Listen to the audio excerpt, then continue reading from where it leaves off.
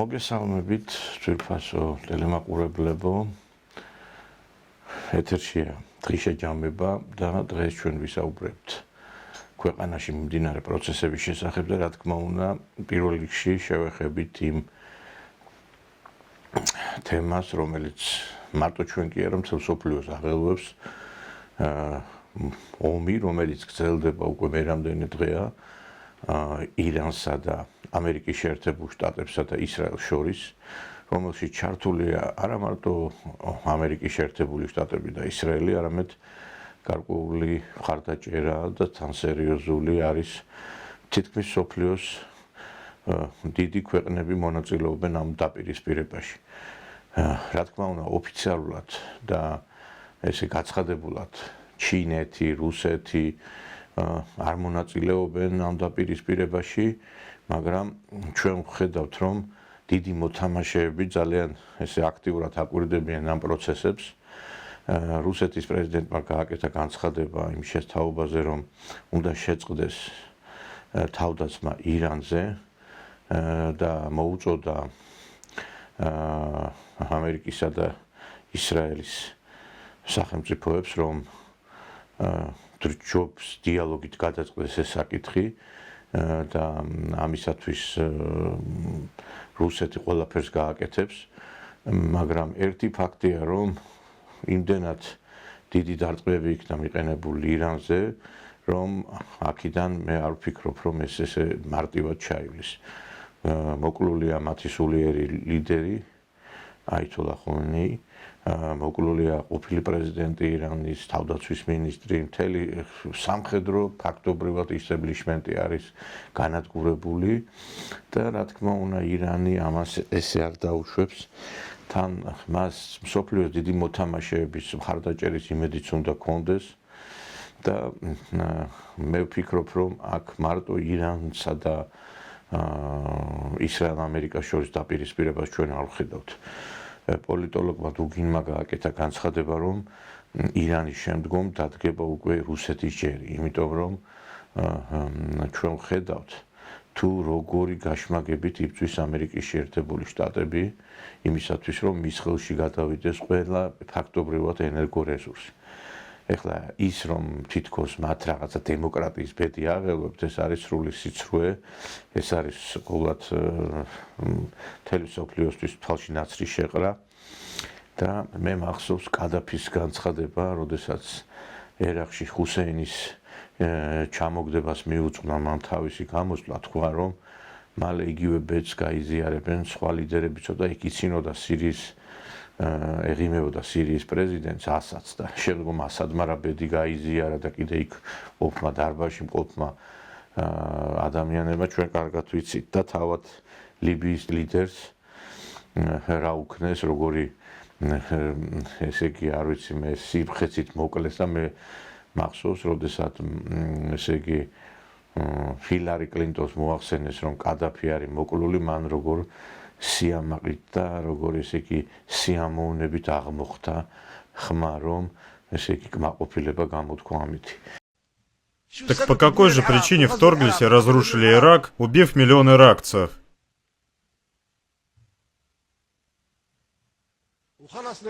Пусть наши американские друзья ответят вот на какой вопрос. Почему Ирак? За что? Бен Ладен иракец? Нет. Теракт в Нью-Йорке совершили иракцы? Нет, не они. Пентагон атаковали иракцы? Нет, не они. Было ли оружие массового поражения в Ираке? Нет, не было. Да даже если и было, то у Пакистана есть это оружие, и у Индии, и у Китая, и у Франции, и у России, и у Британии, и у США. Что, их тоже уничтожать будем? Хорошо, давайте развалим все страны, где оно есть. Иностранная держава оккупирует арабское государство и вешает его президента. А мы тут сидим в стороне и смеемся. Почему не проводится расследование казни Саддама Хусейна? Как можно повесить военнопленного, президента арабской страны и ни много ни мало члена Лиги арабских государств?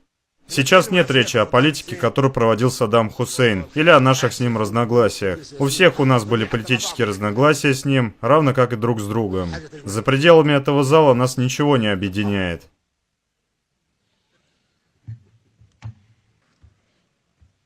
Почему не проведут расследование убийства Саддама Хусейна? Руководство целой арабской страны казнили через повешение, а мы здесь сидим в стороне. За что? Любой из вас может стать следующим. Может.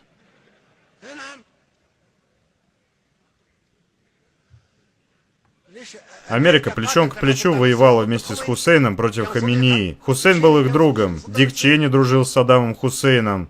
Дональд Рамсфельд, будучи министром обороны США, когда те уничтожили Ирак, когда-то был близким другом Саддама Хусейна. А в итоге они его продали и повесили. Вы дружите с Америкой, хотя нет, я скажу мы. Мы дружим с Америкой. Но однажды она может вздернуть и нас.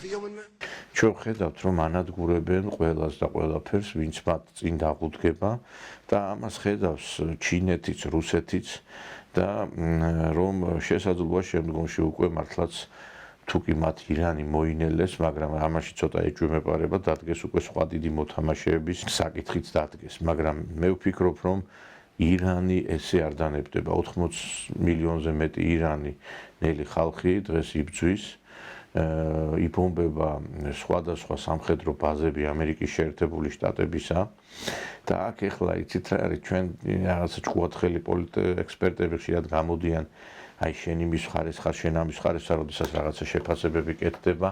აქ მეგობრებო, იცით იმაზე კი არ არის ვის მხარეს არის, აქ არის რეალობის აღქმა. როდესაც ჩვენ ხედავთ, რომ რამხელა დაპირისპირება არის, რამხელა ფაქტობრივად ატომურ და ბირთვულ ომთან ძალიან ახლოს ავართ. საერთაშორის მედვედევმა, რუსეთის ყოფილმა პრეზიდენტმა და დღევანდელი ხელისუფლების ერთ-ერთმა მაღალჩინოსანმა, დღესაც მედვედევი სახელმწიფო რგოლში რუსეთისაც საკმაოდ მაღალ პოსტს იკავებს, თქვა, რომ რაღაცა პატარა გარკვეული გადახვევა, მცირე გადაცდომაც შეიძლება გამოიწვიოსო ბირთვული შერაღების გამოყენებაც, ანუ ახლოს არის მსოფლიო ბირთვულ ომთან.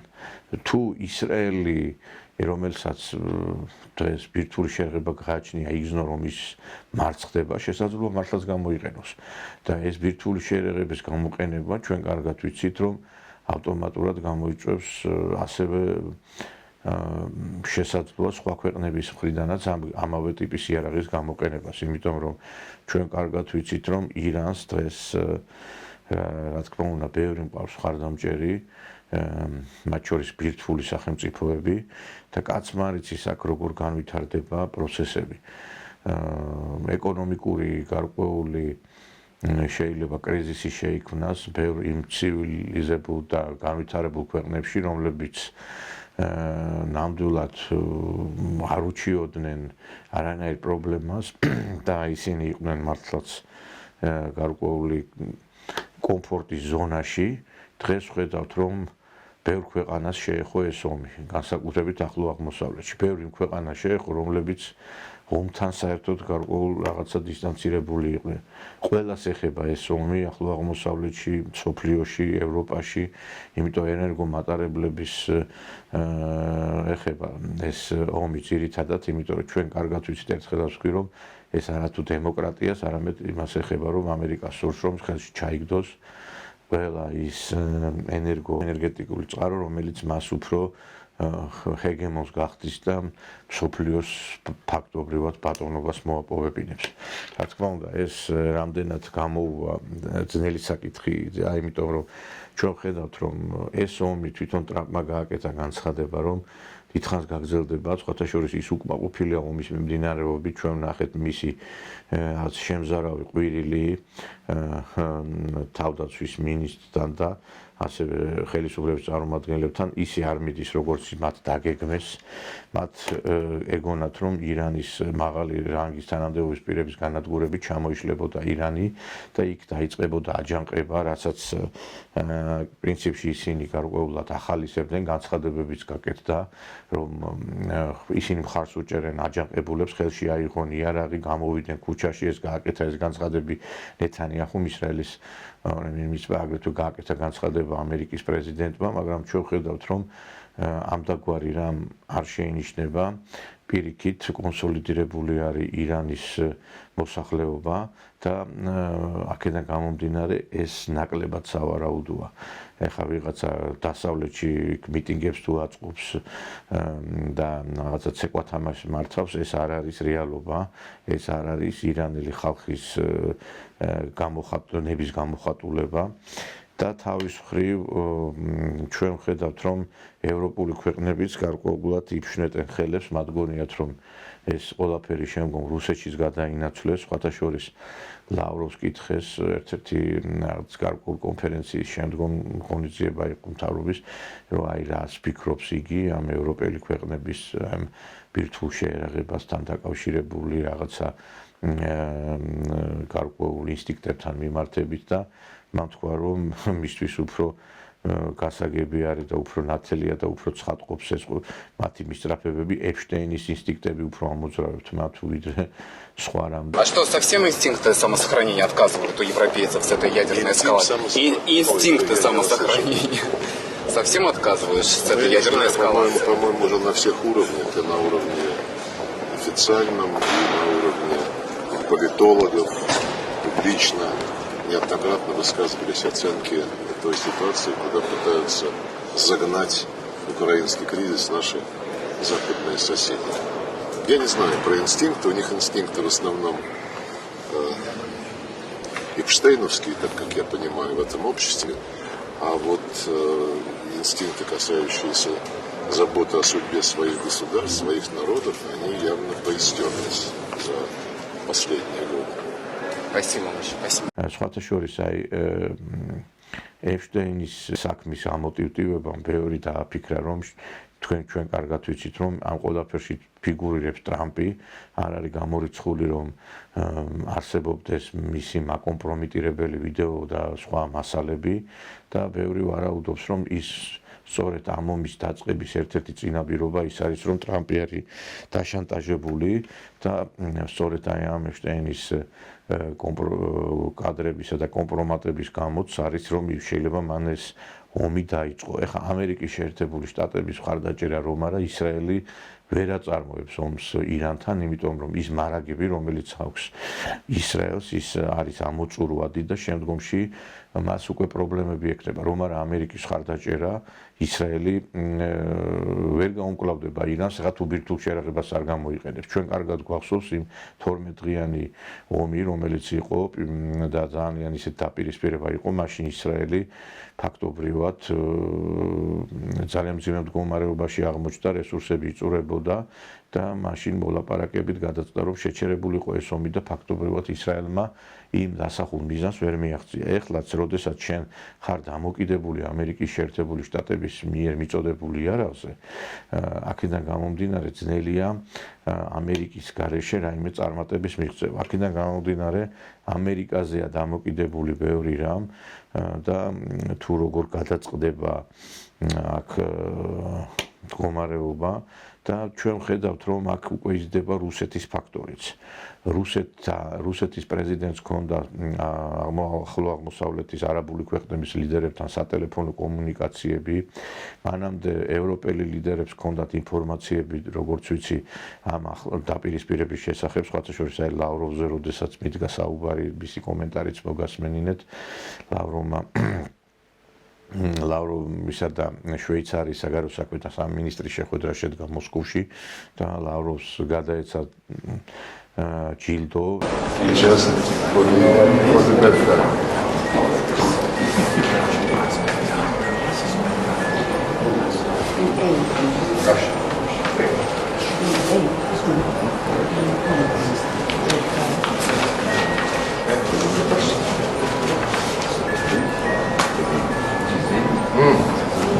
Very creative.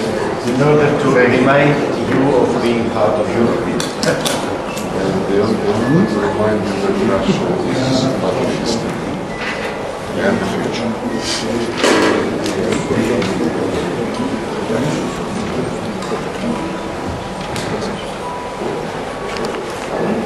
და იმ ადამიანებზე მინდა ვილაპარაკო, რომლებიც ლაპარაკობენ, რომ იზოლაციაშია თურმე რუსეთი. რუსეთი ნელ-ნელა აღწევს იზოლაციას ეს და არის ამის დამამტკიცებულებები არის ის, რომ ნელ-ნელა საერთაშორისო ორგანიზაციები, ასევე ის ევროსტრუქტურები კარგად ხვდებიან, რომ რუსეთის იგნორირება, რუსეთის სანქციების დაწესება იყო დამღუპელი პირველ რიგში მათთვის, რუსეთი აქედან გამარჯვებული გამოვიდა და არა დამარცხებული და ეს მიუთითებს იმას, რომ ჩვენ ვიხილავთ უფრო გაძლიერებულ რუსეთს და დავინახავთ, რომ რუსეთი დაუბრუნდება ყველა იმ ფორმატს და იმ ფორუმს, რომელიდანაც იგი იყო გარიცხული. სხვათა შორის, აი, როდესაც ჩვენ გვაქვს საუბარი იმის შესახებ, რომ აი რომელი უფრო დაცული ქვეყანაა, ბევრი ჩვენ გვახსოვს, რომ აი ამ ომამდე ყველა თვლიდა, რომ ახლო აღმოსავლეთი, შვეიცარია, ევროპული ქვეყნები იყო ის ქვეყნები, სადაც საიმედო იყო ყველაფერი და იქ უფრო საიმედოდ ჩანდა ყველაფერი. ბევრს მიქონდა ფული და სხვათა შორის ომი რო დაიწყო, რუსეთის პრეზიდენტმა თქვა, რომ ხომ გეუბნებოდით, ბევრ ჩინოვნიკს, ბევრ ოლიგარქს ქონდა იქით გადამისამართებული ფინანსები, ნაყიდი ქონდა, უძრავი ქონება და ომის შემდგომ მათ ყველაფერი დაკარგეს. ნუ დროებით შემდგომ დაებრუნებენ თუ არა. და სხვათა შორის მან ძალიან ისეთი სარკაზმული განცხადება გააკეთა და თქვა, რომ როდესაც ამბობდით, რომ იქ ყველაფერი საიმედოა, ეხლაც ამას ფიქრობთ? დავწმუნდით ჩვენ, რომ საიმედოობა ნამდვილად არ არის არც ერთ დროს 7 აბუ-დაბიში, არც იმ კატარში, არც იმ არაბულ ქვეყნებში, სადაც ბევრი თავის ფინანსებს ქაჩავს, მათ შორის საქართველოდან და მე მგონი, რომ ჩვენ მომსწრენი გავხდებით იმისა, რომ სრულიად შეიცვლება რეალპოლიტიკა და ის ქვეყნები, რომლებიც ითვლებოდნენ რაღაცა საიმედოობის და გარანტორად და რაღაცა სიმშვიდისა და გარკვეული უსაფრთხოების ოაზისად ეს ყველაფერი შეიძლება შეიცვალოს, იმიტომ რომ დავინახეთ, რომ ბურჯ-ხალიფას დაბომბვისა და იქ სამხედრო ობიექტების განადგურების შემდგომ, ამერიკული სამხედრო ობიექტების განადგურების შემდგომ ყველაფერს ნათელი მოეფინა და დავწუნდით, რომ არც თუ ისე საიმედოა იქ ყველაფერი და ამის შესახებ თქვა სწორედ პუტინმა, სხვათა შორის მას ჰქონდა ძალიან ესეთი შთამბეჭდავი გამოსვლა FSB-ს ხელმძღვანელობასა და თანამშრომლებთან და უშიშროების თანამშრომლებთან მან განიხილა ის საკითხები, რომლებიც ქვეყანაშია და ასევე ის პროცესები, რომელიც სოფლიოში არის განვითარებული. ФСБ вносит в обеспечение суверенитета России, в защиту безопасности наших граждан важнейший, значимый вклад. В прошедшем 2026 году на всех ключевых направлениях работы вы и ваши коллеги достойно решали поставленные задачи. При нейтрализации внутренних и внешних угроз действовали профессионально и оперативно. Хочу поблагодарить сотрудников центрального аппарата и территориальных органов ФСБ за службу России, высокую самоотдачу, за личное мужество. Особо отмечу тех, кто непосредственно участвует в специальной военной операции. Это пограничники, бойцы спецназа, военные контрразведчики, всех коллег, оперативников, которые решают по линии наших исторических и приграничных регионов в Донбассе и Новороссии важнейшие задачи по обеспечению безопасности России. За проявленную отвагу государственные награды в прошлом году получили более 2000 военнослужащих ФСБ. 4 удостоены звания Героя Российской Федерации. 1 посмертно. Я прошу почтить память погибших при исполнении служебных обязанностей сотрудников ФСБ, наших павших за Родину боевых товарищей. Минуты молчания.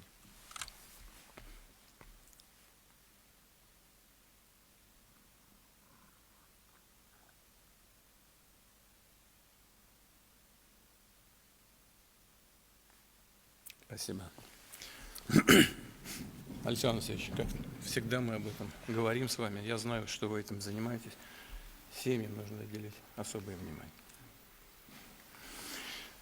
Уважаемые участники заседания, сегодня сложная международная обстановка, резкое обострение конфликтов в целом ряде регионов мира. Проведение специальной военной операции требует от сотрудников Федеральной службы безопасности максимальной собранности и концентрации.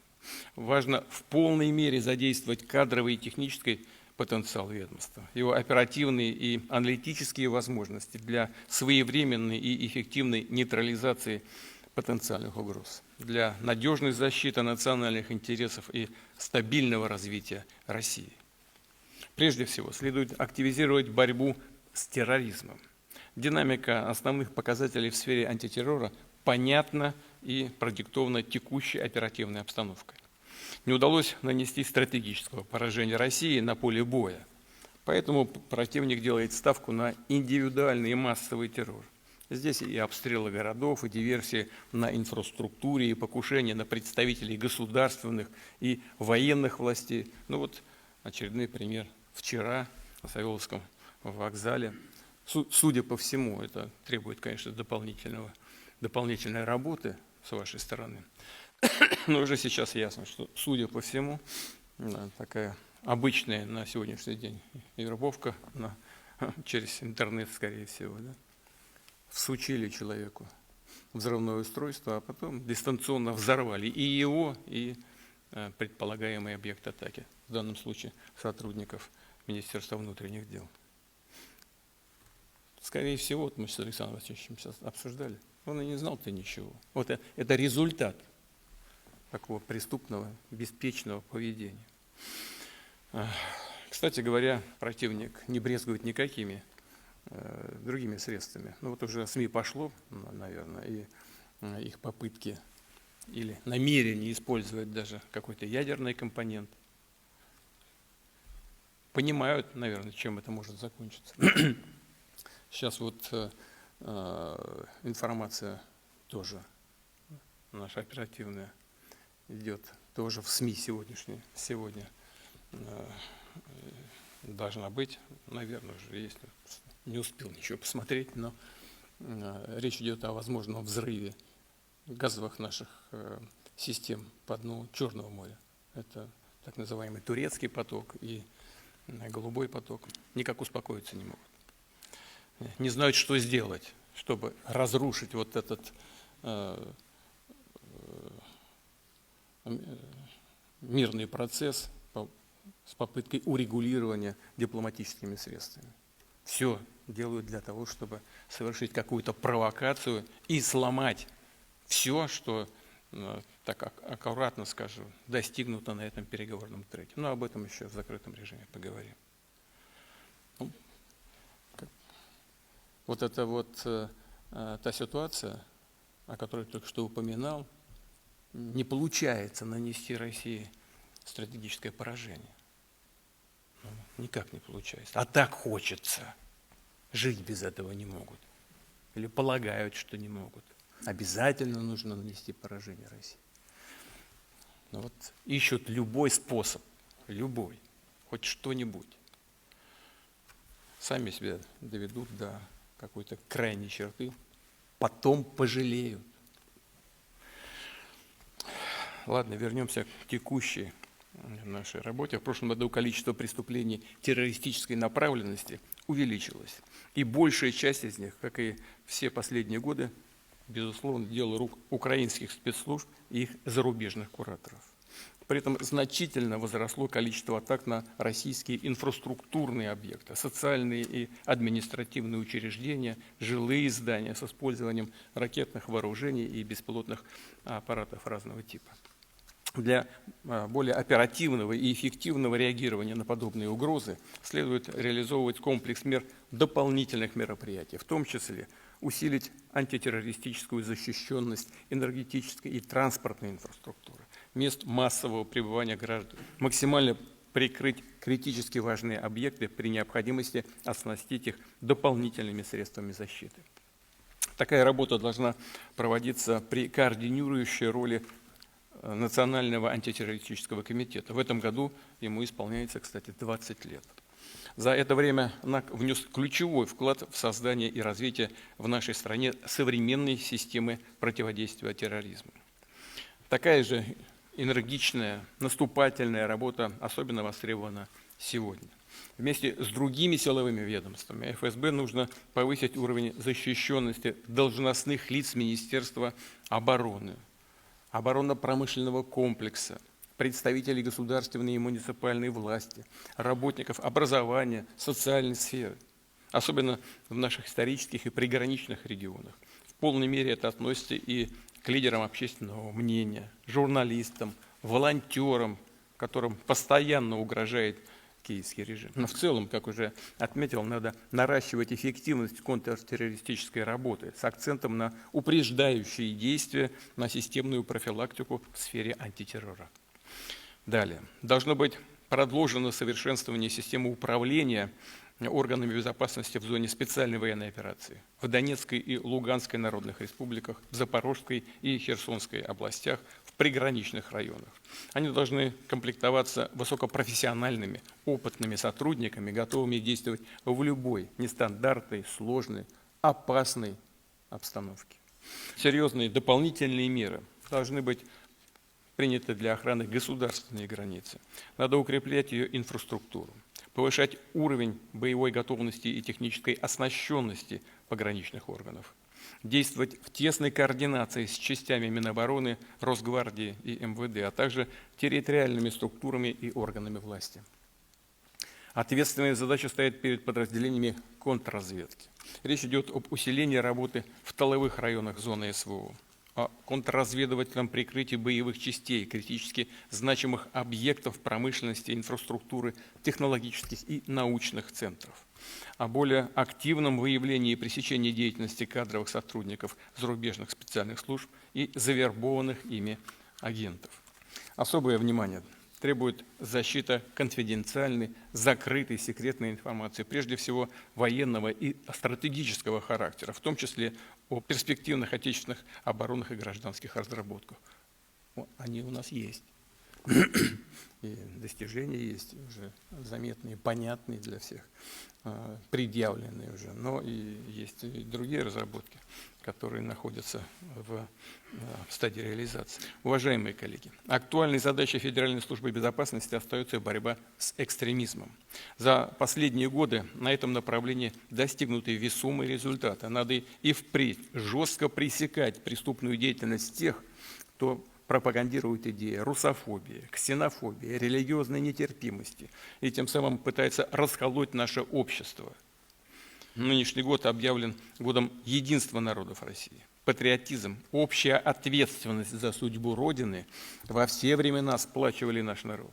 Нам нужно беречь, развивать и защищать эти традиции, жестко реагировать на попытки подорвать, ослабить основы конституционного строя России. Особое внимание в этой связи нужно уделить обеспечению комплексной безопасности предстоящих выборов в Государственную Думу, в другие органы власти. Важно, чтобы они прошли в строгом соответствии с законом, отразили подлинную, суверенную волю народа России, чтобы было исключено любое внешнее вмешательство в предвыборную кампанию. Нейтрализовать подобные угрозы – задача в том числе и вашего ведомства, ФСБ. Среди других приоритетов отмечу обеспечение экономической безопасности. В условиях жесткого санкционного давления важно продолжать работу по защите прав российского бизнеса, активно противодействовать преступлениям в финансовой и банковской сферах. От этого во многом зависит эффективность проведения импортно-экспортных операций. В целом, конкурентоспособность нашей национальной юрисдикции и улучшение условий для инвестиций в Россию. Как и прежде, важная задача органов безопасности – это борьба с коррупцией. Следует выявлять факты нецелевого использования средств, выделяемых на гособоронзаказ и нацпроект, на реализацию масштабных федеральных и региональных программ. Отмечу также, что год от года статистика фиксирует значительное число преступлений в информационном пространстве, в том числе спланированных зарубежными спецслужбами кибердиверсии против нашей критически значимой инфраструктуры. В этой связи необходимо развивать и совершенствовать государственную систему обнаружения, предупреждения, ликвидации последствий компьютерных атак на информационные ресурсы Российской Федерации. В строгом соответствии с нормами закона важно и дальше обеспечивать безопасность информационного и цифрового пространства страны. Вместе с МВД, Минцифрой и другими профильными ведомствами внедрять новые средства противодействия киберпреступлениям с учетом стремительной динамики развития информационных технологий.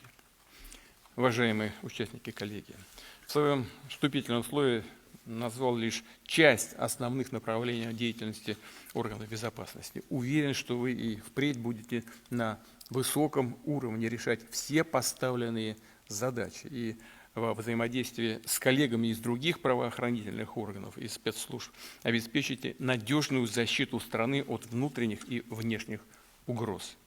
დღეს ჩვენი ყურადღება, რა თქმა უნდა, საქართველოს ყურადღებაც მიბჟენილი არის იმ ქვეყნებისკენ, რომლებიც აი ამ ომშია ჩართული. ისრაელი საქართველოსთვის ნამდვილად არ არის უცხო ქვეყანა.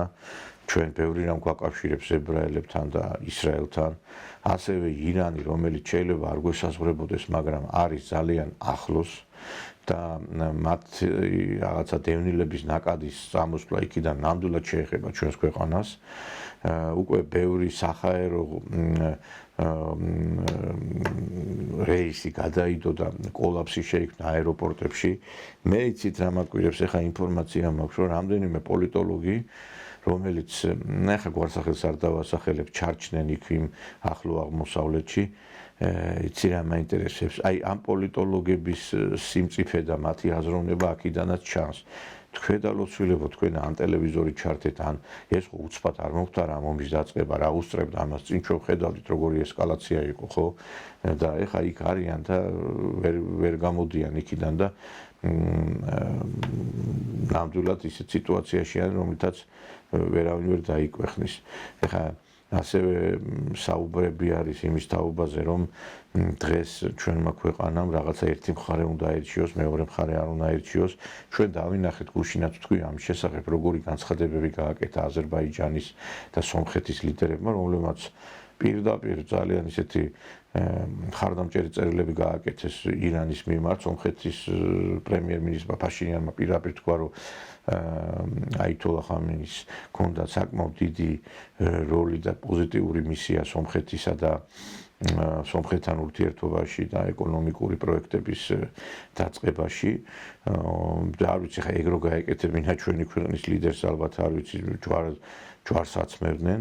იგივე აზერბაიჯანის ლიდერმაც გააკეთა განცხადება, თუმცა ბევრი თვლის, რომ აზერბაიჯანის ნავთობით მომარაგებული ისრაელი არ იწვევს სრულდობას იმ არაბული ქვეყნებისა და ირანის და აზერბაიჯანის მიმართ, იმიტომ რომ კარგად მოგეხსენებათ, საკმაოდ მჭიდრო ურთიერთობებია ისრაელსა და აზერბაიჯანს შორის.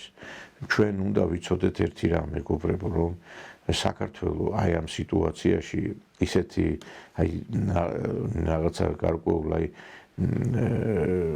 ძალიან ფაქტობრივად აი ისეთ მდგომარეობაში ვართ, რომ ნემსის ყურში უნდა გავუძვრეთ, რომ რაღაცა ისე გამოვიდეთ ამ სიტუაციიდან, რომ ჩვენ ეს რაღაცა დაპირისპირება ჩვენში არ გადმოიზარდოს, იმიტომ რომ საქართველოში არის უამრავი მუსლიმი და აქ რაღაცა არასწორი განცხადებისა თუ არასწორი ქმედების გამო შეიძლება საქართველოშიც რაღაცა გადმოიზარდოს ამ დაპირისპირებამ და რაც დაუშვებელია ნამდვილად. და აი ხა ის ცეკვა მასკარადი, რომელიც გაიმართა ირანის საელჩოსთან, მე არაერთხელ თქვი და ეხლაც ვიმეორებ, არის ასალაგმი. აი ჩვენ ვნახეთ ეს კადრები.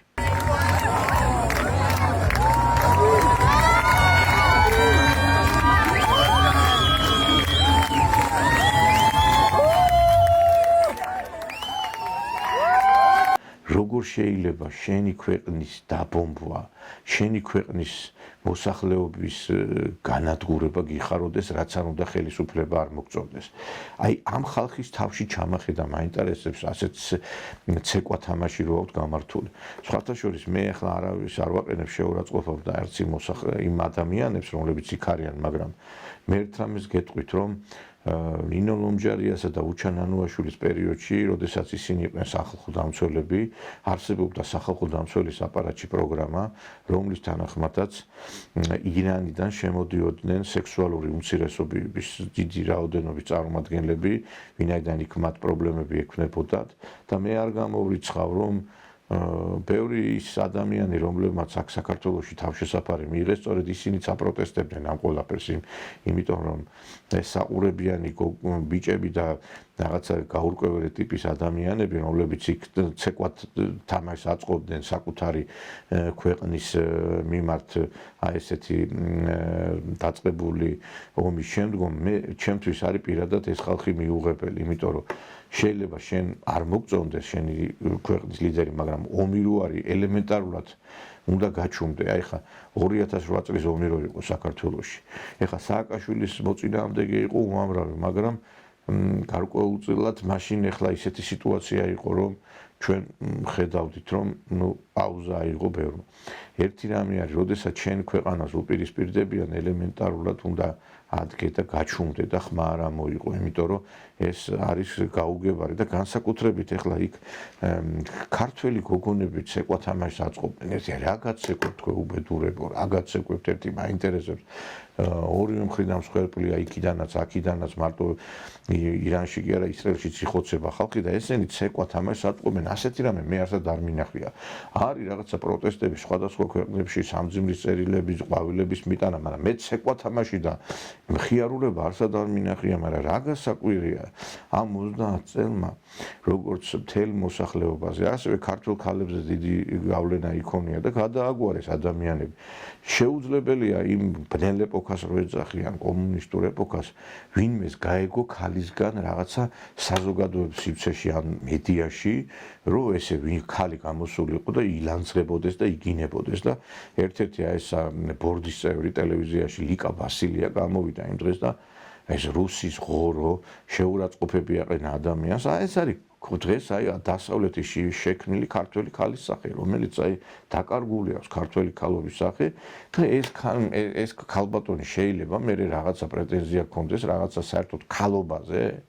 შეხედეთ ერთი როგორ ილანძღება და ითათხება. არარაობა, შენ ხარ რუსი, შენ ხარ მოღალატე ხარ შენ.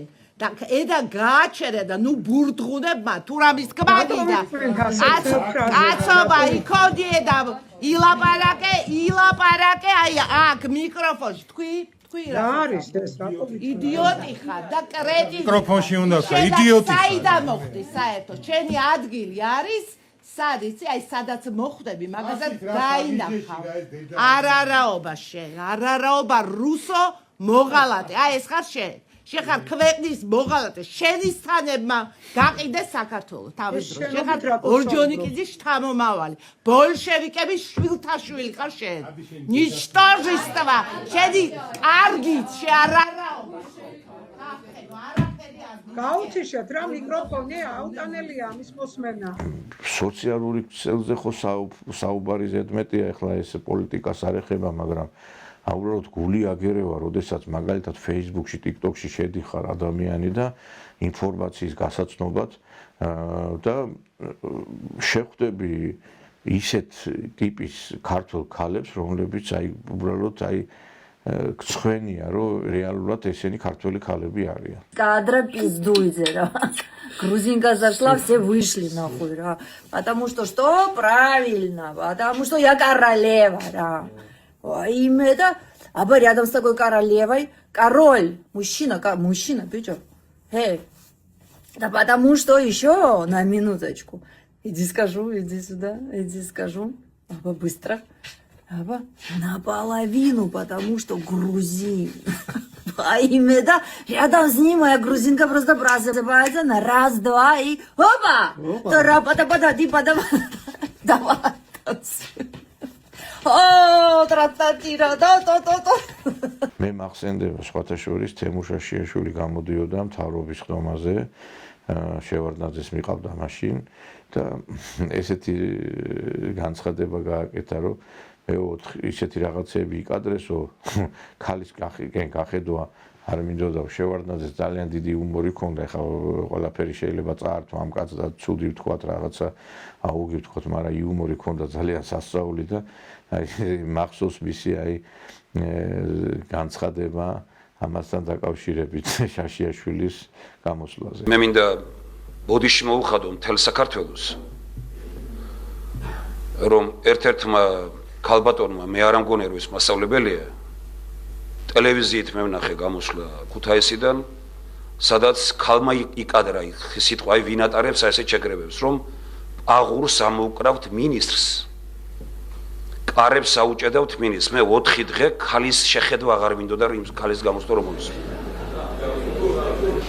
მე ბატონ თემურ შაშიაშვილს ვეთანხმები მის ისეთ კაცრ გამოთქმაში იმ ქალბატონის მიმართ, რომელმაც მას დაუკარგა ხალისი ქალებისგან გაეხედა, მაგრამ კიდე კარგი რომ 4 დღით მარტო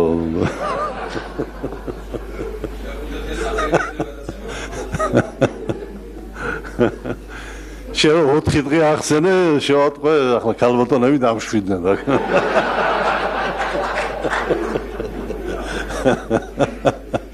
თუმცა ჩვენ მარტო ქალებზე ვიქნებით ასე ორიენტირებული ქართულ ქალებზე, ქალები კი არა, კაცებიც გაანადგურეს, ისეთ რაღაცებს აკეთებენ, ისეთ განცხადებებს აკეთებენ. მე არ ვიცი დღეს მე აქ რუსეთში ვარ და ნამდვილად რო დავდივარ საზოგადოებრივ სივრცეებში, ტრანსპორტში, კაცი კაცს გავს, ქალი ქალს გავს. გინდა ტელევიზიები ავიღოთ, გამოდიან ნორმალურად რაღაცა ისე დებატები არის, არავინ რაღაც შეურაცხყოფებს არ აყენებს ერთმანეთს და ხა იმ დღეს გამოვიდა ილიას უნივერსიტეტის ერთ-ერთი პროფესორი და სხვათა შორის ამ ზურია გირჩი ჯაფარიძის ძმა. ხო და ესე იგი გამოვიდა და თქვა ილია ჭავჭავაძე NGO-შნიკი იყო. არ ვიცი ეხა იმ ფილმის არ იყოს ეს კაცი რო ანახა ვიღაცასო იტყვისო რომ ისო ჯამთელი არისო და ნახეთ შეხედეთ ეხა ეს ჯამთელია რაღაც აი ამ არის სისულელებს რო კაცი იტყვის ილიას რო შეადარებს დღევანდელ ფსევდოლიბერალებს. ილია როგორც პოლიტიკური მოღვაწე, ილია იყო პირველი NGO-შნიკი, პირველი. ძალიან ბევრი რამ ჩვენს ქვეყანაში დევალვირებული იქნა, იმიტომაც არის ჩვენი ქვეყანა ყველაზე მძიმე მდგომარეობაში ამ რეგიონში.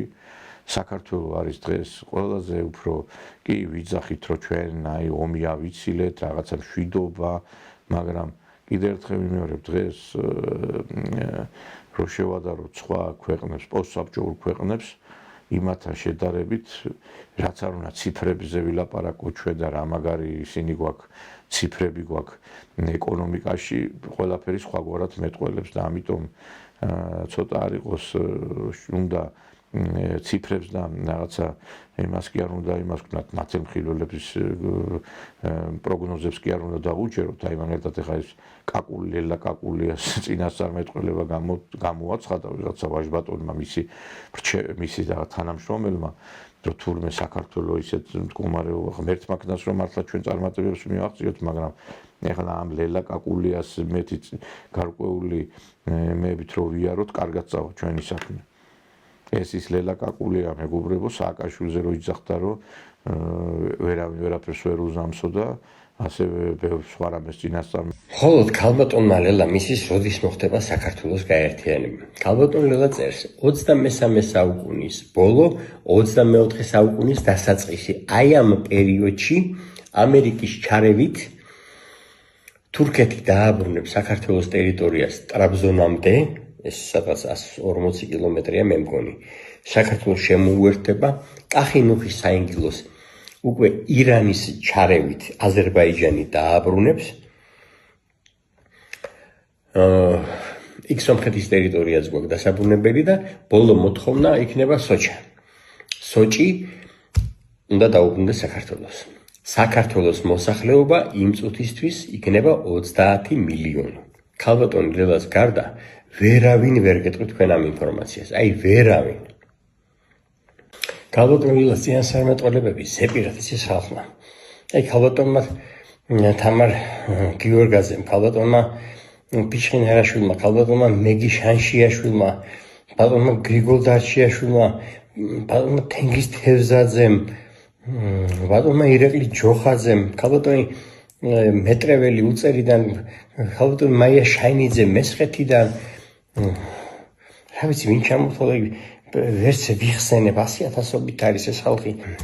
ქალბატონი ნინო კიკნაველიძე ბაღდათიდან, დინიდან, მთელი ფერსათი, ბატონი ზაურწილოსანი იყო ცხოვრებული ლანჩხუთის რაიონის სოფელ მაჩხوارეთიდან. წერა-კითხვის გამავრცელებელი დადიოდა სოფელ და ხალხს აცნობდა ლელაკაკულიას წინასწარმეტყველება სად დაიწერა და სად ასრულა. აი ესეთ ფაქტები და თავის ინიციატივით. ძალიან უყვარს ხალხს ქალბატონი ლელა, ძალიან. ევანდელი ქართული პოლიტიკა, რომლის აი რაღაცა სივრცე არის საკმაოდ დაბინძურებული და გაღარიბებულიც და ამის დასტურია ის დებატები, სადაც ვარსკვლავად ამ დებატებში მოგვევლინება მაგალითად იაგო ხვიჩია, რომელიც კაცი იძახდა ჩვენი პატრიარქი ამერიკის ელჩია და გასაბერ ეკლესიების ითხოვდა მისი პარტია გირჩი, აი ეს რომ მოგვევლინება ამათ, ეს არის მართლა ნათქვამი ამაზე, უძაღლო ქვეყანაში კატებს აყეფებენ და მართლაც უნდა დასრულდეს ეს ყველაფერი და არ ვიცი ხელოვნურად ვიღაცების წარმოჩინება და ხელოვნურად ვიღაცების ოპოზიციონერებად წარმოჩენა ეს ყველაფერი ჩანს და ხალხს ვერავინ ვერ მოატყუებს, ამიტომ ჩვენ გვჭირდება ჯანსაღი პოლიტიკური სპექტრი და არა ისეთი როგორც ჩვენ გვყავს აგერ გირჩელების და ესეთი მარგინალი ადამიანების, რომლებიც ახლა ილია ჭავჭავაძეს NGO-შნიკად და არ ვიცი მე წმინდა ნინოს კიდე იმათ ადარებდნენ რაღაცა საშინელებებს აღარ წმინდა ვიტყვი ახლა წმინდანებს გადა ისეთ რაღაცებს იძახიან ეს ხალხი რომ ამათი კომენტირება და ციტირებაც დიდ კრეხელობას მიმაჩნია პირადად მე ჩვენ გულისყურით ვაკვირდებით სოფლიოში განვითარებულ პროცესებს და რა თქმა უნდა ჩვენ ყოველთვის გავაკეთებთ ამის ანალიზს ჩვენს გადაცემებში და როგორც გითხარით ასევე ძალიან მალე ჩვენი გადაცემები იმ მრავალფეროვან საინფორმაციო და სხვა სახის სიახლეებით იქნება დახუნცული, როგორც ეს ადრე იყო, უბრალოდ ამაში თქვენი თანადგომაც გვჭირდება. კარგად ბრძანდებოდეთ, შევხვდებით მომავალ გადაცემებში.